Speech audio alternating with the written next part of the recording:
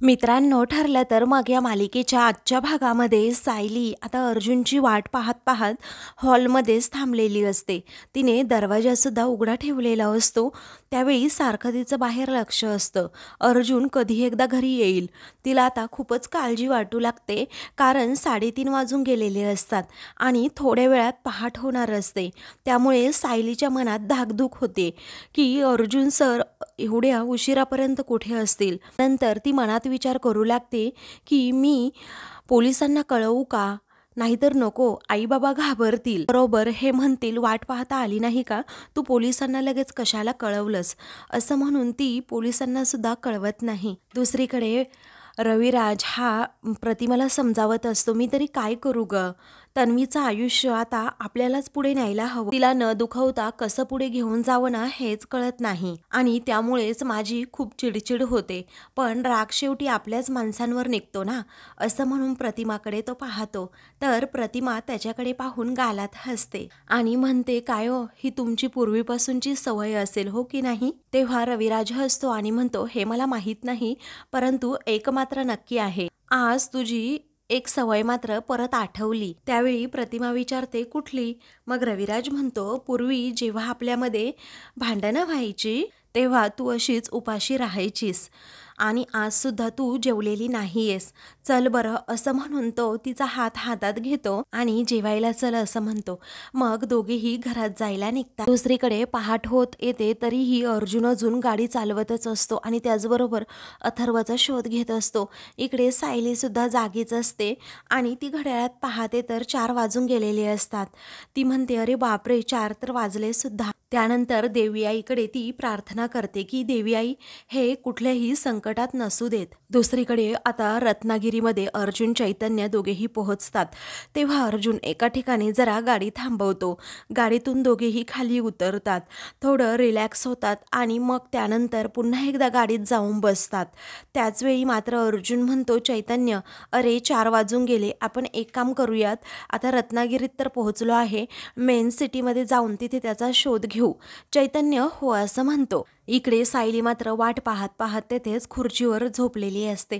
त्यानंतर काही वेळाने तिला जाग येते तर पहाटेचे 5 वाजलेले असतात. ती खडबडून जागी होत मोबाईलमध्ये पाहत म्हणते, 5 वाजून गेले, अजून आले नाहीत. असं म्हणून ती पुन्हा एकदा अर्जुनला कॉल करते, पण त्याचा फोनच लागत नसतो. सायली आता अगदी आवरूनच खाली येते. हॉलमध्ये आल्यानंतर ती आता सारखी दाराकडे पाहत असते, कधी एकदा अर्जुन येईल. मग त्यानंतर ती अशीच वाट पाहत पाहत आपोआप तिची पावलं देवघराकडे वळतात. तेथे गेल्यानंतर ती आता इकडे तिकडे पुन्हा एकदा पाहते आणि मनातच विचार करते, पूर्णाजी तर घरात नाही आहेत आणि आईंचाही पाय दुखतोय म्हटल्यानंतर देवीसमोर दिवा तर लावायलाच हवा. असं म्हणून ती देवीसमोर दिवा लावते आणि प्रार्थना करत असते की देवी आई आज हे सुखरूप असू देत आणि यांना यश मिळू देत. माझी भक्ती खरी असेल ना देवी आई, तर आज अथर्वदादा यांना नक्कीच सापडतील. अशी मनोमन अर्जुनसाठी प्रार्थना करत सायलीही नमस्कार करते. दुसरीकडे आता चांगलंच उजाडलेलं असतं. तेव्हा चैतन्य आणि अर्जुन दोघेही अगदी थकलेलेच असतात. चैतन्य म्हणतो, अर्जुन, अरे मला वाटतं ना प्रवास खूप झाला, थोडं ब्रेक घेऊयात ना प्लीज. मग आता अर्जुन म्हणतो, ठीक आहे. असं म्हणून एका ठिकाणी ते आपली गाडी थांबवतात. आता दोघेही एका चहाच्या टपरीजवळ थांबलेले असतात. त्याचवेळी मात्र अर्जुन चैतन्य थोडे पुढे येतात आणि समोर पाहतात तर तेथे अथर्व मस्तपैकी चहा पीत बसलेला असतो. आता त्याला पाहून अर्जुनच्या पायाखालची जमीनच सरकते की हा इथे सापडला. असं म्हणून तो रागातच त्याच्याकडे पाहतो. अथर्वचा चहा वगैरे पिऊन होतो आणि मग त्याचं लक्ष अर्जुनकडे जातं. तर तो आता एवढा घाबरतो की त्याच्या हातातून बॅगच खाली पडते आणि तो लगेच उठून उभा राहतो आणि अर्जुनकडे पाहतो. त्याला पाहून अर्जुनच्या तळपायाची आग मस्तकात गेलेली असते आणि तो रागातच अथर्वकडे पाहत असतो.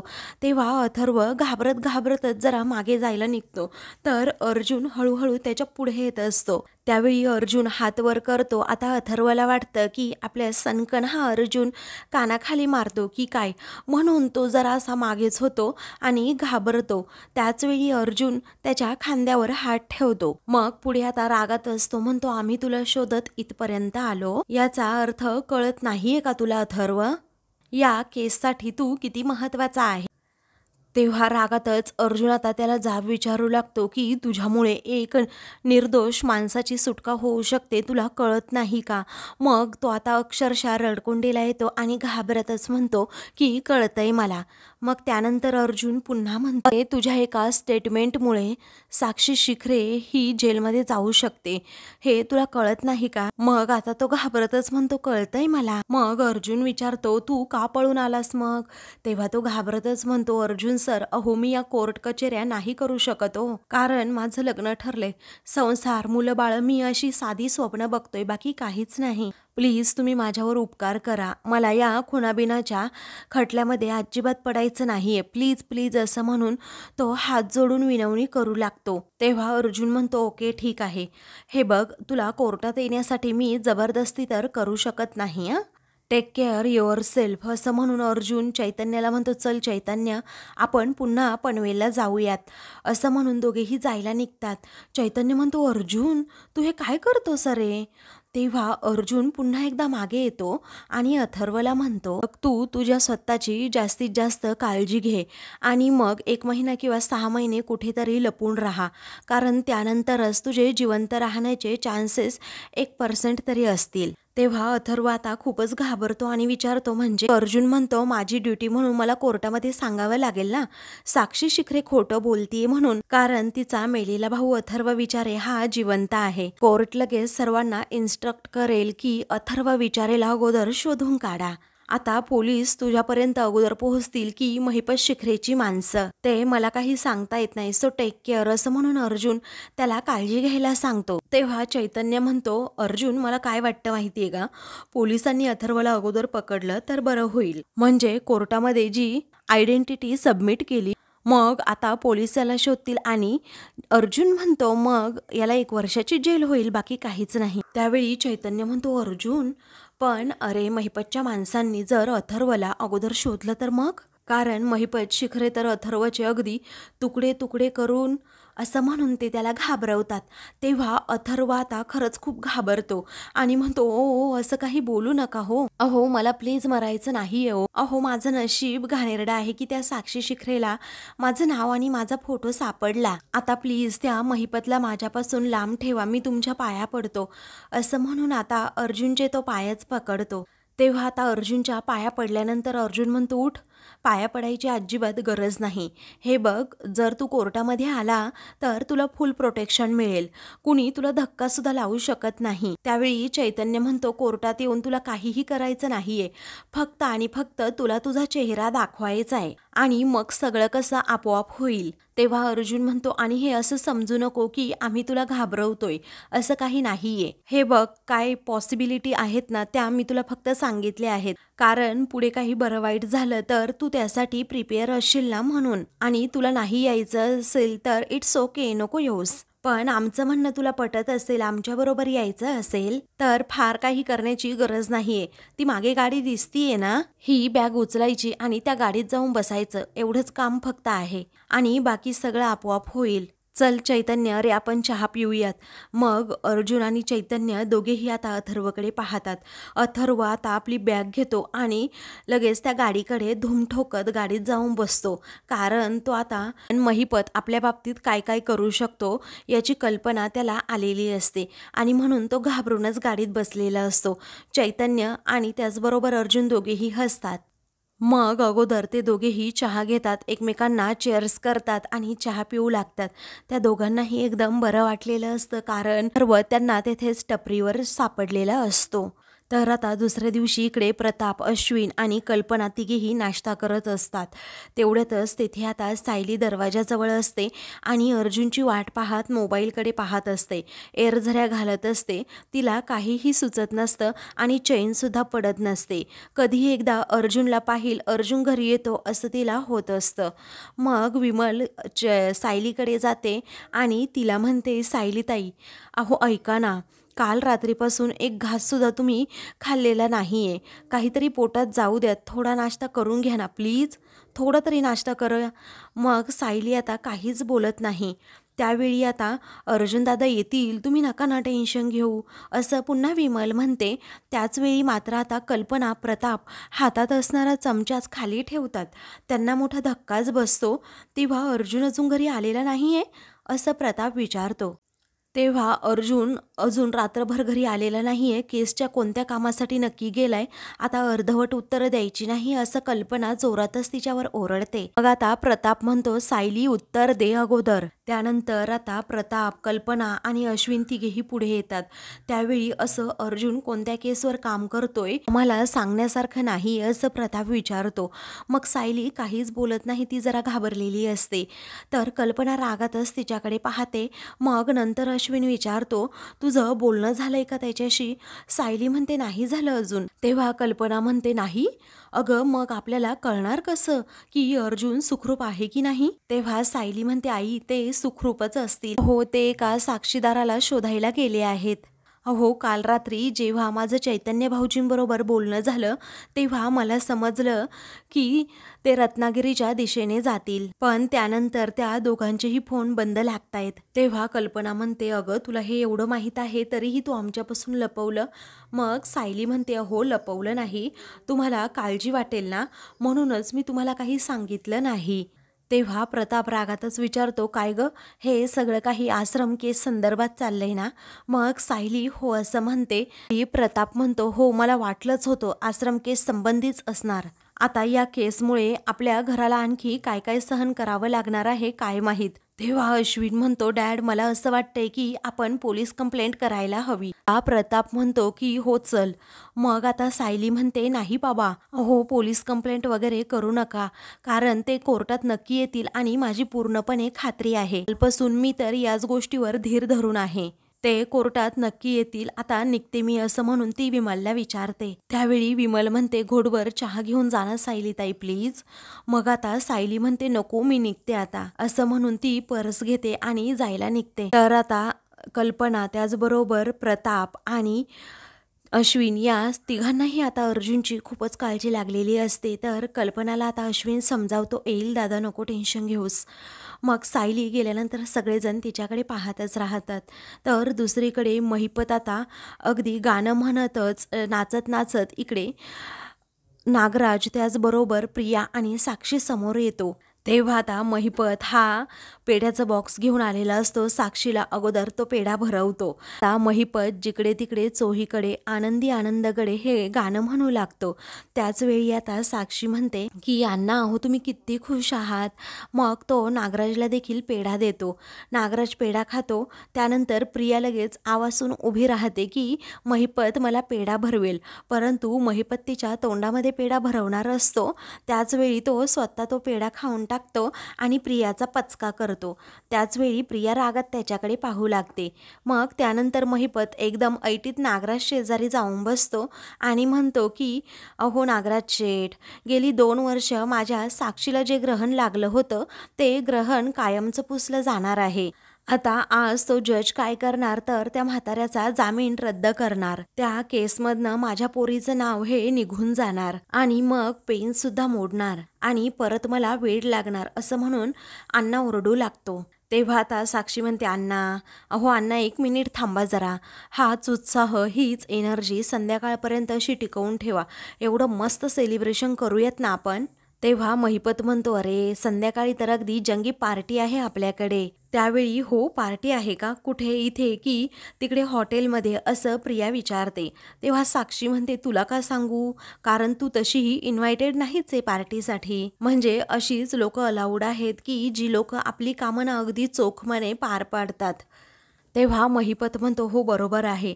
मग साक्षी म्हणते, तुझ्यासारखे लूजर्स अलाउड नाही आहेत इथे. मग प्रियाला अजूनच राग येतून रागात ती त्यांच्याकडे पाहते. तेव्हा नागराज म्हणतो, साक्षी अगं किती छळशील तू बिचारेला. अगं लग्नाच्या मंडपापर्यंत येऊन तिने माती खाल्ली, यालाही काही विशेष टॅलेंट लागतं की नाही. तेव्हा नागराज अजूनच प्रियाचा अपमान करू लागतो, तिची चेष्टा करू लागतो. ती पण रागातच आता त्याच्याकडे पाहते. मग त्यानंतर नागराज पुन्हा एकदा खिल्ली उडवत म्हणतो, हेच टॅलेंट आहे प्रिया मधुकर यांच्याकडे. त्याच वेळी आता महिपत म्हणतो, नागराज शेठ, अहो द्या की सोडून. अगोदर हिच्या आयुष्यातला जो मधुकर पाटील आहे ना, तो वजा करूयात. त्याला आपण असं तुरुंगात देऊ फेकून आणि मग हिचं काय करायचं ना ते बघूयात. चला बाबा, मला तर अगोदर कोर्टात जायचंय, त्याचबरोबर पहिल्या रांगेत सुद्धा बसायचंय आणि त्या मधुकर पाटलाचा मला तमाशा बघायचा आहे. त्यानंतर महिपत म्हणतो, टाळ्या शिट्ट्या फेटे मला एकत्रच सगळं करायचंय आता. मग नागराज म्हणतो, हो करा करा, पण तुम्ही दोघेही व्हा पुढे, कारण आम्हाला आमच्या परमपूज्य दादाश्रींबरोबर यायचं आहे. मग आता महिपत पुन्हा एकदा गाणं गात असतो आणि त्याचबरोबर नाचत असतो आणि तसाच नाचत नाचत घराबाहेर पडतो आणि त्याचबरोबर साक्षीसुद्धा त्याच्या पाठोपाठ बाहेर जाते. मग नागराज देखील तिच्या पाठोपाठ असतो. तेव्हा प्रिया आता त्या तिघांकडेही पाहत मनातच विचार करू लागते की तुम्ही मला फेकलेल्या कचऱ्यासारखं वागवताय, परंतु एकदा का लग्न करून मी अश्विनची बायको झाले ना की शेपटी हलवत मग माझ्या मागे पुढे कराल, असा प्रिया मनातच विचार करत असते आणि त्यांच्याकडे हसतच पाहते. तर इकडे सर्वजण कोर्टामध्ये आता येतच असतात. मधुभाऊ त्याचबरोबर कुसुम, सायली हे तिघेही आता जरा कोर्टाबाहेर उभे असतात. मग मधुभाऊ म्हणतात की सायली, अगं बाळा, रात्रभर जावई बापू घरी आले नाही, हे अगोदर का नाही सांगितलं? मग सायली म्हणते, त्याने काय झालं असतं मधुभाऊ? त्यावेळी कुसुम म्हणते, पण अर्जुन आहे तरी कुठे अजूनपर्यंत? काही गडबड तर झाली नसेल ना? त्यावेळी मधुभाऊ म्हणतात, कुसुम, असं भलतं काहीतरी बोलून तू उगीच तिची काळजी वाढवू नकोस हा, कारण जावई बापूंना काहीही होणार नाही. त्यावेळी आता सायली लगेच इन्स्पेक्टर साहेबांकडे जाते आणि स्वतःची ओळख सांगते. त्यावेळी इन्स्पेक्टर साहेब म्हणतात, नमस्कार मॅडम, मी ओळखतो तुम्हाला. मग आता सायली म्हणते, अर्जुन सुभेदार त्यांच्या केसच्या कामासाठी एका साक्षीदाराला भेटायला गेले होते, पण साहेब अजूनही ते घरी आलेले नाही, त्यांचा फोन सुद्धा बंद येतोय, आपण काही करू शकतो का? त्यावेळी आता इन्स्पेक्टर साहेब विचारतात, तुमचं शेवटचं बोलणं कधी झालं होतं? तेव्हा सायली म्हणते, काल संध्याकाळी झालं होतं. त्याचवेळी आता इन्स्पेक्टर साहेब म्हणतात, हे पहा, 24 तास अजूनही झालेले नाहीत, त्यामुळे कंप्लेंट काही करता येणार नाही. पण ते अर्जुन सुभेदार आहेत, अहो गेल्या कित्येक वर्षात त्यांच्या एवढा हुशार वकील मी पाहिलेला नाही. फक्त तुम्ही शांत राहा, त्यांना काहीही होणार नाही. त्यानंतर आता साक्षीची गाडी तेथे येऊन थांबते कोर्टासमोर. तेव्हा सायली धावतच लगेच मधुभाऊंकडे जाते आणि त्यांना म्हणते, मधुभाऊ, तुम्ही आणि कुसुमताई दोघेही जरा माझ्यापासून बाजूला उभे राहा, कारण त्या बापलेकींना कळायला नको की आपण एकत्र आहोत म्हणून. तेव्हा साक्षी, महिपत, पवार वकील तिघेही गाडीतून खाली उतरतात. मग महिपत आता सायलीजवळ येतो आणि म्हणतो, नमस्कार वहिनी, कसं बरं चाललंय ना तुमचं? मग आता सायली लगेच आपली नजर दुसरीकडे करते, तर साक्षी हसत असते. त्यानंतर तुमचे हजबंड कुठे दिसत नाही, आले नाही ना कोर्टात, असं महिपत विचारतो. त्याचवेळी कसं आहे ना, अहो तुमच्या बापाने, असं म्हटल्याबरोबरच सायली ही खूपच रागात महिपतकडे पाहते. मग पुढे आता तुमच्या तीर्थरूपाने केसवरनं त्यांना काढून टाकलं, तरीही ते कोर्टात येऊन सारखे लुडबुड लुडबुड करत राहतातच, असं महिपत म्हणतो. आज कुठे दिसत नाही कोर्टाच्या आवारात, असं म्हणून आता तो लगेच इकडे तिकडे पाहतो. मग पुढे महिपत म्हणतो, बरं आहे, ते जितके लांब राहतील ना तेवढं चांगलं आहे त्यांच्यासाठी. त्यावेळी साक्षी म्हणते, काय अण्णा, अहो कुणावर वेळ घालवताय तुम्ही? मग महिपत म्हणतो, वहिनीवर. अगं असं काय करते साक्षी तू? एवढ्या मोठ्या वकिलांच्या त्या मिसेस आहेत, त्यांची चौकशी करायला नको का? तेव्हा साक्षी म्हणते, हो करायला तर हवी ना, यांच्या नवऱ्यासारख्या वकिलांची गरज आहे देशाला. तेव्हा सायली रागातच म्हणते, तुम्ही फक्त स्वतःची काळजी घ्या, कारण देशाची काळजी घ्यायला खूप जण आहेत. तर मधुभाऊ आणि कुसुम हे दोघेही आता रागातच महिपतकडे लांबून पाहतात. इकडे सायलीच्या बोलण्यावर महिपत हसतो आणि म्हणतो, वहिनी तुमचं बोलणं बरोबर आहे, point to be noted. Pawar, point to be noted असं म्हणून तो सायलीवर पुन्हा हसतो. त्यानंतर महिपत म्हणतो, मी काय म्हणतो वहिनी, पण तुमच्या बापानं तुमच्या तीर्थरूपाने जो वकील नेमलेला होता, जोशी वकील, तो सुद्धा दिसत नाही बरं. त्याने पाटलाची केस काय सोडून दिली की काय, असं म्हणून आता तो सायलीवर खूप हसत असतो. तर त्याचबरोबर साक्षीसुद्धा हसते. तर मधुभाऊंच्या तळपायाची आग मस्तकात जाते. ते रागातच महिपतकडे पाहतात. त्यानंतर महिपत म्हणतो, आता काय करणार तुम्ही? Point to be noted Pawar, हे अगदी व्यवस्थित नोट करून घे रे. तेव्हा सायली रागातच म्हणते, मिळतील हा? अरे सगळ्याची उत्तरं तुला मिळतील महिपत शिखरे, कारण आम्ही फक्त तुमच्यासारखी अशी तोंड वाजवत नाही, थेट कृतीच करून दाखवतो. तेव्हा साक्षी म्हणते, पाहिली ना, अगं तुमची कृती सुद्धा पाहिली, गुड ट्राय हा, असं म्हणून ती सायलीवर हसते. पण काय आहे ना सायली, आता जरा तुझ्या वडिलांना तू व्यवस्थित भेटून घे, त्यांना व्यवस्थित बघून घे, कारण आज त्यांचा जामीन कॅन्सल होणार आहे. मग पुन्हा त्यांना जेलमध्ये जावं लागेल, त्यामुळे तू तुझ्या वडिलांकडे जा. चला अण्णा, असं म्हणून साक्षी आता जायला निघते. तर महिपत लगेच पवार वकिलाच्या गळ्यामध्ये हात घालतो आणि म्हणतो, पवार, अरे तो जोशा कुठे उलटला रे, की आज पुन्हा बायकोचा पदर धरून बसलाय. त्याचवेळी पवार म्हणतो, साहेब येणारच तो अहो, कारण तो वेळ पाळणारा माणूस नाहीये. मग आता तोंड दाखवण्यापुरता आला तरी बस, असं साक्षी म्हणते. त्यावेळी पुढे आता ती म्हणते की उशीर झाला ना तरीही चालेल, पण ये म्हणावं, कारण अर्जुन आणि त्याचा जो असिस्टंट आहे ना, त्या दोघांनीही केसमधून पूर्णपणे अंग काढून घेतलेला दिसतंय मला. आणि लास्ट टाइम हेअरिंगला तरी आले होते दोघेजण, पण आता तर कोणीच दिसत नाहीये. तेव्हा महिपत साक्षीला म्हणतो, रिलॅक्स, अगं सगळे फासे आपल्या बाजूने पडायला लागले आहेत. आता कशा गोष्टी 113% आपल्या बाजूने पडतायत ना, तू बघतच राहा, तू अजिबात काळजी करू नको, असं म्हणून तो आता पवार वकिलाला म्हणतो, चला आपण आतमध्ये जाऊयात. त्यानंतर सायली, मधुभाऊ आणि त्याचबरोबर कुसुम हे तिघेही आतमध्ये जातात. मग आता सायली आणि कुसुम एका ठिकाणी आपल्या बसतात. रविराज, त्याचबरोबर प्रिया आणि नागराज देखील तेथे बाकावर बसलेले असतात. मधुभाऊ तेथे विटनेस बॉक्समध्ये असतात. त्याचवेळी ते अर्जुन कधी येतो याचीच वाट पाहत असतात. मग महिपतची तेवढ्यात एंट्री होते. तो सर्वांनाच आता नमस्कार करतो, पण त्याच्याकडे डुंकूनही कुणी पाहत नाही. त्यानंतर रागातच आता लगेच कुसुम म्हणते, या महिपतच्या थोबाडावर बघ कसे आनंदाचे कारंजे हे थुई थुई नाचतायत. त्याला असं वाटत असेल की, मग सायली म्हणते की त्याला जे वाटायचं असेल ना ते वाटू देत, तू फक्त एवढीच प्रार्थना कर की हे लवकरात लवकर कोर्टामध्ये येऊ देत. तेवढ्यातच जज साहेब सुद्धा आता तेथे येतात. त्यानंतर आता महिपतीकडे हळूच पवार वकिलाला विचारतो, काय रे पवार, जोशाला फोन केला होता की नाही? आरोपीचे वकीलच जर इकडे आले नाही, कामकाज पुढे तरी कसं जाणार? त्यानंतर जज साहेब आता लगेच कामकाजाला सुरुवात करतात आणि मधुभाऊंना विचारतात, मधुकर पाटील, ॲडव्होकेट जोशी आहेत तरी कुठे? सर्वजण एकमेकांकडे नुसते पाहतच राहतात. त्यावेळी मधुभाऊ म्हणतात, नाही ना, मला काही माहीत नाही साहेब. तेव्हा साक्षी महिपतला खूपच आनंद झालेला असतो. दोघेही मस्त गप्पा मारत असतात. तेव्हा सायली मात्र मधुभाऊंना इशारा करून सांगते की येतील ते, नका टेन्शन घेऊ. मग पवार वकील आता उठतो आणि म्हणतो, युअर ऑनर, माझी कोर्टाला विनंती आहे की मला माझं ओपनिंग स्टेटमेंट करून द्यावं आणि ते संपेपर्यंत ॲडव्होकेट जोशी हे येतीलच, आणि तशीही ही केस आता ओपन अँड शट आहे. तेव्हा जज साहेब म्हणतात, दोन्ही पक्षाचे वकील कोर्टामध्ये हजर असल्याशिवाय कामकाजाला सुरुवात करता येणार नाही.